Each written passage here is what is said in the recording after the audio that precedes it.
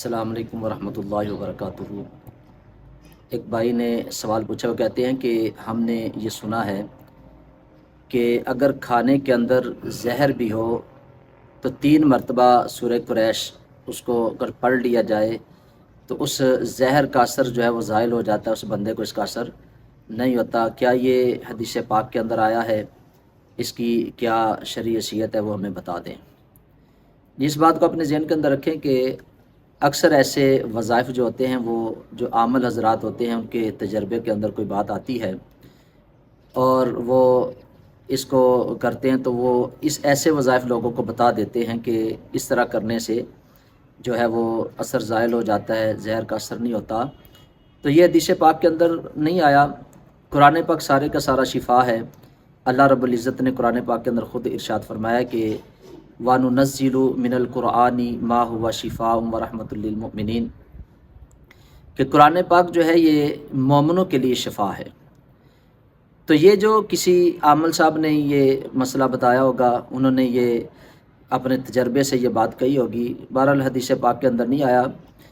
تو اس کے متعلق جو میں نے سنا ہے اور پڑھا ہے اور جو میرے تجربے کے اندر بات آئی ہے، تو اس کے متعلق یہ لکھا ہے کہ سورہ قریش کو کھانا کھانے سے پہلے بندہ پڑھے، کھانا کھانے سے پہلے اس کو پڑھے گا تو جو کوئی سفلی وغیرہ کرواتے ہیں، یعنی جادو وغیرہ کرواتے ہیں اور جادو کے ذریعے کوئی بری چیز کھانے کے اندر ملا دیتے ہیں، اور وہ بندہ جب اس چیز کو کھا لیتا ہے تو کھانے سے اس کا اثر اس کی رگوں کے اندر آ جاتا ہے۔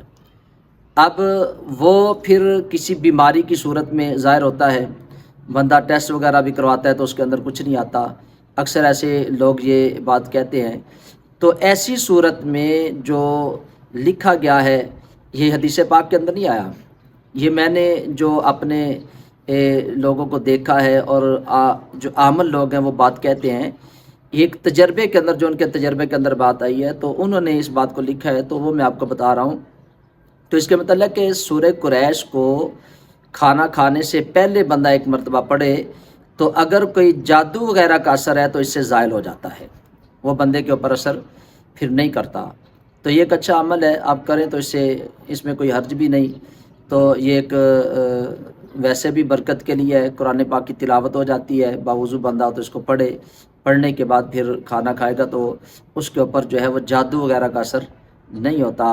تو جس بھائی نے پوچھا تھا اسے اس بات کی سمجھ آ گئی ہوگی، یہ حدیث پاک کے اندر نہیں، یہ عاملین وغیرہ جو ہیں وہ ایسے وظائف بتاتے ہیں۔ تو یہ ایک برکت والی چیز ہے، اس کو آپ کر سکتے ہیں، اس کے اندر کوئی حرج نہیں ہے۔